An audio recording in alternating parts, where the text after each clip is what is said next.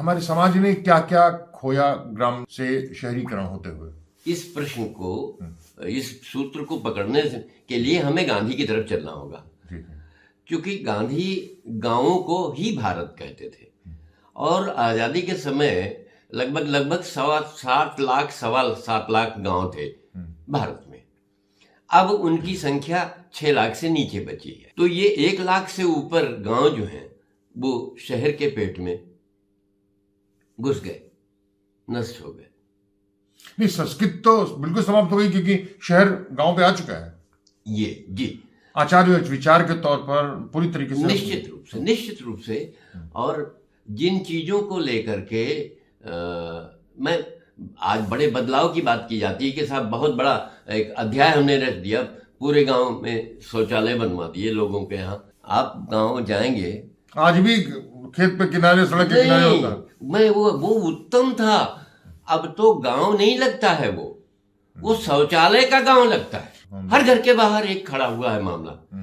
तो जबकि वो महिलाओं का, उस गांव के लोगों का बातचीत करे, खासतौर से महिलाओं का घर से बाहर निकलने का एक मौका हुआ करता था, वाक के तौर पे हुआ करता था, उनके बतियाने का, चौपाल बनाने का एक माध्यम हुआ करता था। ये सच बात है। चाहे अरहर का खेत हो, चाहे चने का खेत हो, एक वहां पर बैठ करके गोला बना करके वो शौच भी करती थी और बातचीत भी करती थी। वो बातचीत होती थी जो गांव के अंदर नहीं हो सकती। हाँ, नहीं हो सकती थी। और क्या खोया? बचपन खो गया। हाँ। एक कहावत से फिर शुरू करता हूं। किसी भी बच्चे को जो हृष्टपुष्ट दिखता था उसके बारे में लोग कहते थे, अरे कीके पीसा खाते रे। तो वो कहता था अम्मा का पीसा खाते हैं। अम्मा का पीसा मतलब चक्की चलती थी, हाथ से गेहूं पीसा जाता था। आज कोई बच्चा ये नहीं कह पाएगा कि वो अम्मा का पीसा खा रहा है। और कोई पति इतना भी नहीं कह पाएगा कि मैं अपनी पत्नी का पीसा हुआ मसाला बस से बनी हुई सब्जी खा रहा हूं। अब पीसा हुआ कुछ नहीं है। हाँ, केवल दांत पीसे जाते हैं घरों में। बच्चे कूटे जाते हैं। हाँ, बच्चे कूटे जाते हैं, दांत पीसे जाते हैं। और दांत पीसना भी एक गजब की बात है, क्योंकि ये गुस्से को अव्यक्त रूप में व्यक्त करती है। तो निश्चित रूप से गांव स्वर्ग था। मैं गांव में पैदा हुआ, पेड़ों के नीचे बैठा, खेतों की मेड़ों पर बैठा। नदी हमारे वहाँ नहीं थी, पहाड़ी इलाका है, नाला था। उसकी तपती रेत में कपड़े उतार के लेट जाना जाड़े का बड़ा सुख होता था। वो थोड़ी समय गुनगुनाहट होती थी, रेत गर्म हो जाती थी 1-2 बजे तक।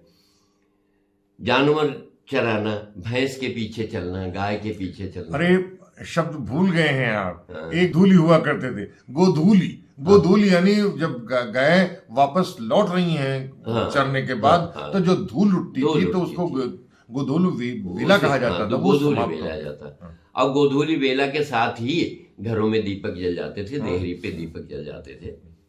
और आज कोई आपको कैसा लगेगा, एक महिला जा रही हो और आंचल के नीचे उसने दिए को ढक रखा हो। कोई भी उजाला लेकर चलता था तो वो उसको ढक के चलता था ताकि हवा न लगे। और मुंह से दिए को नहीं बुझाया जाता था। हाँ, हाथ से, ये पंखा से। क्यों? अब ये वहां से बना हुआ है, ज्योतिषाम ज्योतिरेकम। हर ज्योति में वही एक ज्योति है।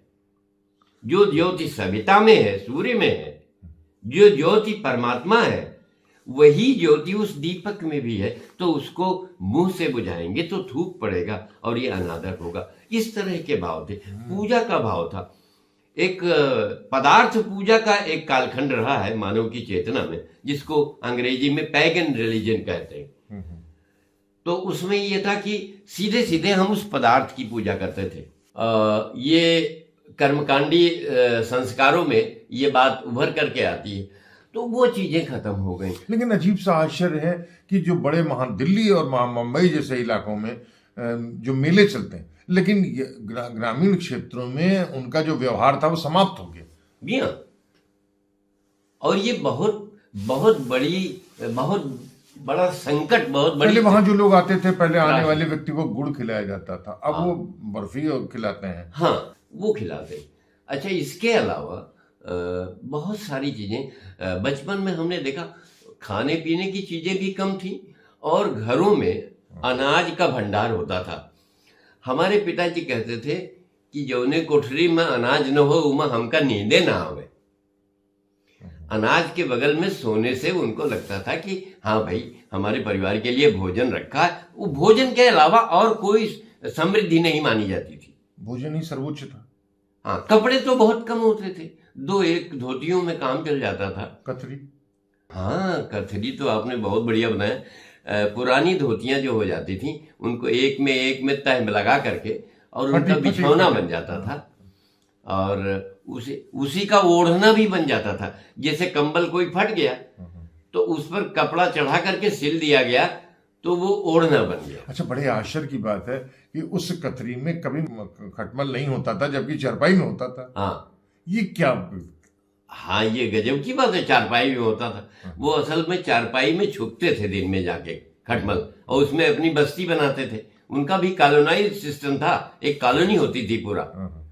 तो अब मजे की एक बात बताएं, खटिया, खटिया उसको कहते थे, खटिया मचिया। हाँ, और विवाह में वही थोड़ा ठीक ढंग से होता तो पलंग बोलते थे।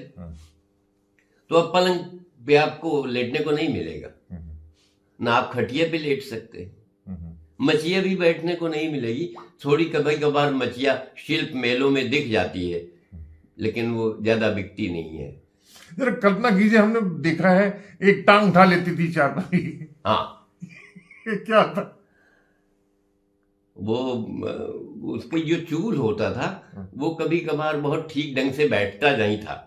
जब नहीं बैठता या रस्सी का एक कोण पे ज्यादा कस जाती थी, जब बिनान वाली रस्सी, तो वो उठ जाती थी।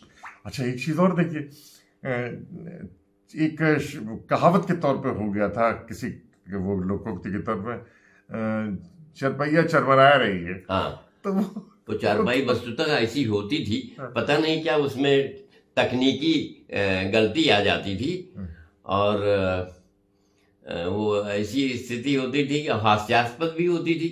और कोई जोड़ा जो है रात में, पति पत्नी, उस पे अगर लेटे हो तो फिर बाद में बड़ी दिक्कत होती थी। सब घर के उनके मूवमेंट को जान जाते थे और जो है वो दाम्पत्य जीवन में जो चल रहा है पति पत्नी, आपने देखा होगा, वो उसका आगाज कराती थी। हाँ। उसका ऐलान करती थी कि चारपाई चरमरा रही है। हाँ। और बहू जो है, कोई बहू पूरे घर भर को पता होता था। बहू जो है सवेरे अगर जम्हाई आए उसको तो उसको बड़ी शर्म लगती थी, क्योंकि जम्हाई ज्यादा उन्हीं लोगों को आती थी जो रात में सो नहीं पाते थे। तो ये इससे एक सहज लज्जा का भी प्रकरण जुड़ा हुआ है चारपाई के चरमराने से। और बैल चले गए, हल चले गए। हमारे वहां एक सरावन, जानते हैं आप सरावन? सरावन उसको कहते हैं जिससे हल से खेत जोतने के बाद वो पाटा टाइप का होता था। पाटा जी पाटा लगाते थे। हाँ, हमारे उधर उसको हेंगा बोलते थे। अच्छा। तो उस पे 2 आदमी खड़े होते थे दोनों तरफ हेंगा पे, और हम लोग बच्चे लोग क्या करते थे, उस आदमी के फैली हुई टांगों के बीच में उसी की टांग को पकड़ के बैठ जाते थे। तो लूट आ जाता था। हाँ, और इस पे इतना मजा आता था हम लोगों को। बैल चल रहे हैं और वो सरावन चल रही है और उसी पे उसका टांग पकड़े हुए बैठे हैं, बड़े मजे में सवारी गांठ रहे हैं। अच्छा, कोई मेरी स्मृति कुछ भी नहीं है ऐसी कोई घटना हुई जिससे दुर्घटना हुई है? ऐसा कभी हुआ नहीं? नहीं, दुर्घटनाएं छोटी मोटी वहां अक्सर होती हैं। और जब आप काम करते हैं, जैसे गणासा, समझ रहे गणासा? जी जी। हाथ वाला गणासा, उससे चारा काटते समय मेरी उंगली कटी थी। और एक बार पाटा मेरे ऊपर से चला गया था। क्या बात? मैं आगे की तरफ गिर गया तो मेरे ऊपर से चला गया। तो उससे आपको मस्तिष्क मतलब याददाश्त में या दिमागी तौर पर चोट आप हुई या? हाँ जी, हाँ, वो चोट मुझे याद है। और एक बार मैं नाले में बह गया था, केन नाला है, तो उसमें बह गया था, क्योंकि कितना दुर्भाग्य है कि आप बच गए। हाँ, वो पुल नहीं होते थे तब तो यहाँ भी पुल नहीं था, बहराइच आने के लिए पुल नहीं था, लखनऊ आने के लिए पुल नहीं था। बार्ज से या नावों से हम लोग नदी, बाद में जब सड़क बननी शुरू हुई तो वो रपटा, पुल के बजाय रपटा बनना शुरू हाँ वो रफ्ता शुरू हुआ तो वहां उसको डाउन कर देते थे कि पानी निकल जाए, वो भी बरसात में, समाप्त हो गया। सड़क न टूटे। अब पुल बहुतायत में बन गए हैं, लेकिन एक बहुत बेसिक सवाल ये है कि अगर आप हमसे पूछें कि क्या विकास हो रहा है, अब वहां कहते हैं विकास के लिए विनाश पहले होना करना पड़ता है। जो घर है जिसमें अभी आप बैठे हैं, अब इसमें अगर विकास करेंगे तो इसको हटाकर गिरा करके ही तो करेंगे ना। तो एक संभावना को मार के दूसरी संभावना को जन्म देना, और वह भी एक खपत के लेवल पर। आप देखिए बहुत सारी चीजें जो नैसर्गिक रूप से हमारा जुड़ाव था, कभी रात में आज आप सितारे नहीं देख पाते, क्यों? शहर में है ना, शहर में इतना उजाला हो रहा है, इतनी लाइट है, एक भी तारा नहीं दिखेगा। संध्या आपसे छूट गई, प्रभात आपसे छूट गया, सूर्योदय प्रतिदिन नहीं आता है, कभी कभार आपके जीवन में आता है, सूर्यास्त नहीं देख सकते। शहरीकरण ने प्रकृति से जो सहजता है प्रकृति की, उससे हमको बहुत दूर किया है। होने को तो वो भी हुआ कि जो पहले अरहर हिलती रहती वो भी अब नहीं है। हाँ, और प्रणय का सबसे बड़ा बिंब हुआ करता था, शब्द हुआ करता था, कहने का एक अंदाज हुआ करता था, अरहर हलावत है, हाँ, वो समाप्त हो गया, वो खत्म हो गया। और खेतों में हम लोग पढ़ते थे तो तब भी खेतों में बहुत सारी ऐसी चीजें होती थी, अनाज होता था जो कच्चा खाया जाता था, मटर है, चना है, उड़द है, अरहर है, और ये मक्के की बालियां हैं, ये सब तो हम लोग, चूंकि खेतों से होकर के ही हमारा रास्ता होता था, तो हम लोग जब भी चाहते इन चीजों का स्वाद लेते बिना पैसे के, क्योंकि उस समय पैसे बहुत कम होते थे। और मैंने तो आधा पैसा भी खर्च किया है। आज तो मेरे ख्याल से 1 रुपए से नीचे कोई सिक्का ही नहीं है, आधा पैसा खर्च किया है। और वो एक छदाम होता था, वो छदाम करधनी में करके अम्मा बांध पैसा होता था पीठ तांबे का। हाँ, वो तो इसका इस्तेमाल, तो उससे 2 कारण हो, वो 2 चीजें होती थी। ये वो भी होता था कि अगर मान लो इसका पैसा खत्म हो गया तो अपना करधन में से पैसा निकाल के अपना काम चला लेगा और कुछ खा पी लेगा। तो ये बहुत सारी चीजें तो आभूषण के तौर पर भी बच्चों के लिए, हाँ जी हाँ, आभूषण के तौर पर, जैसे पैजनिया है, जैसे करधनी है, लेकिन करधनी का कोई शरीर पे कोई आवश्यकता नहीं थी। उसको एक तरह का कमरबंद ही कहिए, कमरबंद सौंदर्य के लिए है, लेकिन वो लड़कियों के लिए नहीं होता था। हाँ, लड़कियां जो है, जैसे जनेऊ है, जनेऊ लड़कों के लिए होता था, लड़कियों के लिए नहीं होता। हाँ, लड़कियों ये क्या है कि आप तो शास्त्रीय व्यक्ति भी हैं, हाँ, ऐसा क्यों है? कान में आप जनेऊ लगाएंगे, लड़कियों को नहीं लगाने देंगे, करधनी आप बच्चों को पहनाएंगे, लड़कियों को नहीं पहनाएंगे, क्यों? हाँ, ये षड्यंत्र है स्त्रियों के खिलाफ। इसको भेदभाव के तर्क पर ले जाएंगे तो वैसा भी ये दिख जाएगा, लेकिन ये तमाम चीजें जीवन में हमें सहजता में ग्रहण करनी। बताइए ना, कारण क्या है? नहीं, कारण इसके पीछे बहुत ज्यादा अगर तलाशेंगे तो भेदभाव जैसा ही दिखेगा। हाँ, भेदभाव जैसा ही दिखेगा। वो अब समाप्त हो गया। हाँ, नहीं, भेदभाव दूसरे रूपों में बढ़ गया है। वो आक्रोश के तौर पे हो गया, गालियां देने पे आ गया। जी हाँ, पहले गाली नहीं होती थी। हाँ, ग्रामीण समाज में ये गालियां नहीं होती थी। देखिए, ग्रामीण समाज में साहब स्त्रियों के प्रति संवेदनशीलता का जो पैमाना था वो शहरों की तुलना में कई गुना ज्यादा था। लेकिन वो मूल्य बहुत चुकाते थे पुरुष वहां के गांव के महिलाओं से। हाँ, ऐसा होता था। बहुत सारी तरीके की प्रवृत्तियां मिलेंगी, और प्रवृत्तियां दरअसल हमारे परिवेश से भी जुड़ी होती हैं। जैसे आप देखेंगे कि जो झुंड होता है पशुओं का, पशु प्राणी जो हैं उनका जो झुंड होता है उसमें भी एक नर वाली कंसेप्ट है। और सियार का नाम आपने सुना होगा। सियार के बारे में एक बड़ी विचित्रता है। वो एक नर मादा जोड़ा जब बनाते हैं तो वो पूरे जीवन के लिए बनाते हैं। अच्छा, पूरे जीवन, वो पूरे जीवन, अगर उनका एक साथी मर गया कोई तो फिर वो अकेला ही पूरा जीवन काटेगा, वो फिर किसी और से जोड़ा नहीं बनाएगा। इसके बावजूद भी बहुत सड़ा हुआ गोश्त ही खाता है। हाँ, वो एक तरह से इसके मिंजर, आप समझ लीजिए सफाई कर्मी है, वो नेचुरल, वो सफाई कर्मी है साहब, सफाई कर्मी है। चींटियां सफाई कर्मी है। मांस का जो सबसे छोटा टुकड़ा चींटी निकाल लेती है हड्डी से, वो तो कोई निकाल ही नहीं पाएगा। तो इस तरह से हमने देखा है, हमारे भीतर गांव आज भी बसता है। जो गांव से आए हैं, जो भी गांव से आया है, वहां पैदा हुआ है, पला बड़ा है, उसके मन में गांव एक कोने में रहता है, रोज रहता है। और आखिरी प्रश्न यहाँ पर है कि जो के दिल के कोने में रहता है वो गांव, वो उसकी जो स्त्रियों के प्रति जो लैंगिक विद्रोह भाव था, उसके समर्थन में करता है या अपने स्वार्थ के लिए? स्वार्थ के लिए ज्यादा करता है, स्वार्थ के लिए करता है। तो ये हैं भानु प्रताप द्विवेदी उर्फ संकल्प भारती।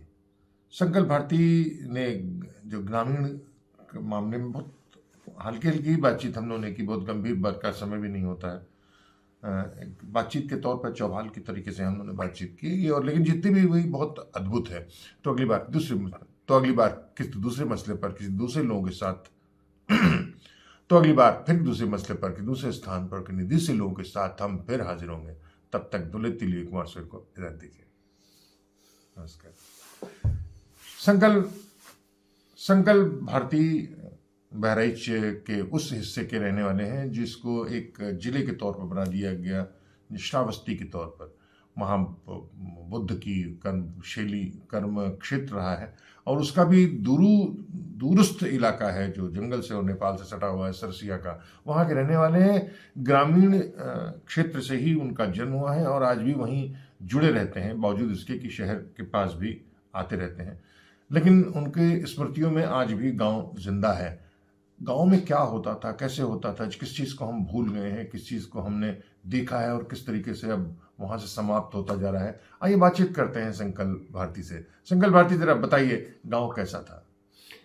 गांव बहुत अच्छा था, बड़ा कोमल था साहब, और निश्चित रूप से आज भी आप गांव को जी सकते हैं। कभी शहर से बाहर निकलकर खेतों में जाइए, अपनी चप्पल जूते उतार दीजिए और 10-15 मिनट के लिए जरा जमीन का स्पर्श प्राप्त कीजिए, उस पर खड़े होइए। लेकिन एक दिक्कत यह है कि जो गांव पे वापस आना चाहता है उसको राशन नहीं मिलता है, भोजन नहीं मिलता है, जबकि जो बड़े अफसर हैं वो अपना चोरी का पैसा, घूस का पैसा खपाने के लिए गांव की जमीन खरीदते हैं, और चूंकि वो कर मुक्त आय होती है तो उसमें सारा का पैसा, उनका काला पैसा उसमें खप जाता है। तो ये गांव है आपका? गांव निश्चित रूप से ऐसा है, ऐसे ही तो 1.5 लाख गांव बर्बाद हो गए, खत्म हो गए यहाँ इस देश में। इस विषय पर हम लोग फिर बातचीत करेंगे। तो ये हैं भानु प्रताप द्विवेदी उर्फ संकल्प भारती। अगली बार फिर दूसरे मसले पर कि दूसरे स्थान पर किन्हीं दूसरे लोगों के साथ हम फिर हाजिर होंगे। तब तक दुलती डी कुमार सर को इजाजत दीजिए।